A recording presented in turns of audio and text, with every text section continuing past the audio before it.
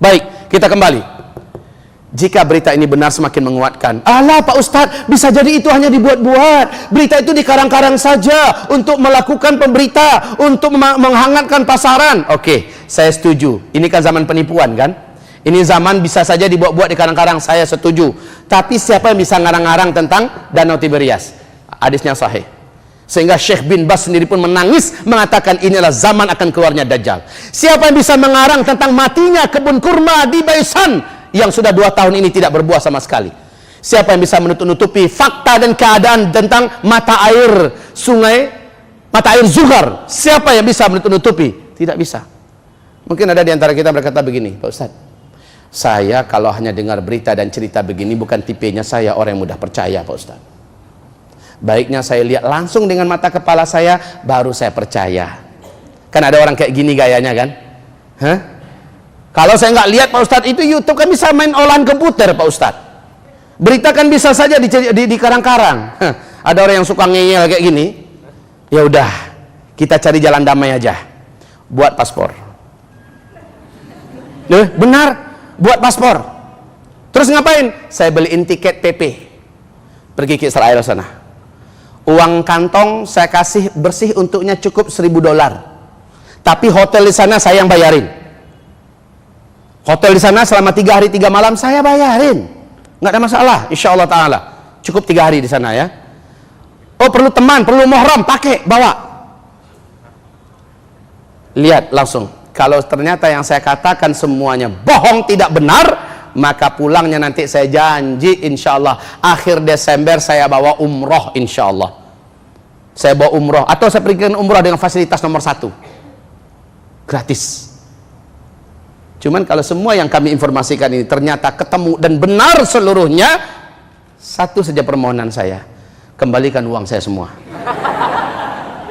Iya Pak. Ada satu lagi kalau mau sih, setelah kembalikan uang saya semua, umrohkan saya. Iya, harus berani begitu, berani mencoba membantah. Saya akan tunjukkan pertanggungjawaban saya. Tapi kalau terbukti yang saya sampaikan semuanya adalah benar, satu lagi nanti saya akan sampaikan. Kata Rasulullah, la taqumu sa'ah hatta yahsiral Furat. Tak akan terjadi kiamat sampai sungai Efrat mengering. Sungai Efrat di mana? Irak. Sungai Efrat di Irak. Tolong catat tanggal 12 Februari. 12 Februari tahun 2013 di majalah newspaper yang paling bergengsi di Amerika, yaitu New York Times. Lihat tanggalnya, 12 Februari 2013, apa pernyataan NASA Amerika Serikat?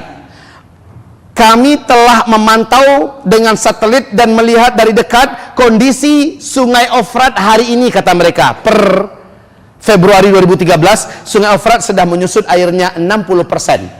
Menurut analisa kami, tahun 2014 sungai ini akan kering 100%, dan tepat 2014 bulan April sungai Efrat sudah tidak berair 100% sampai sekarang.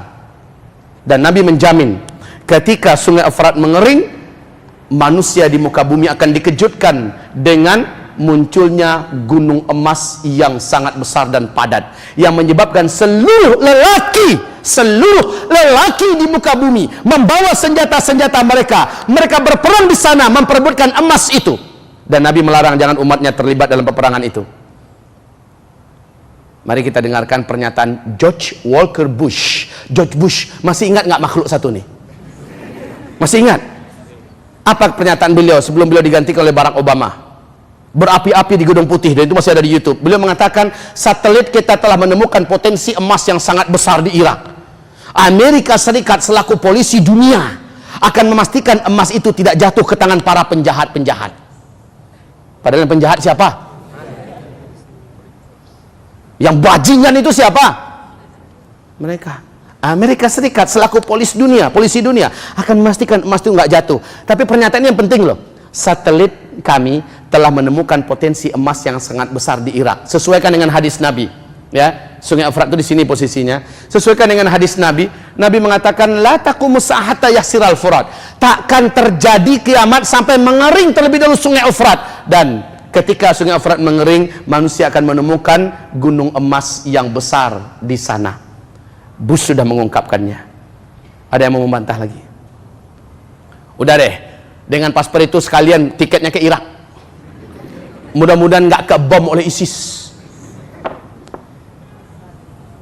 Subhanallah, mau bantah apa?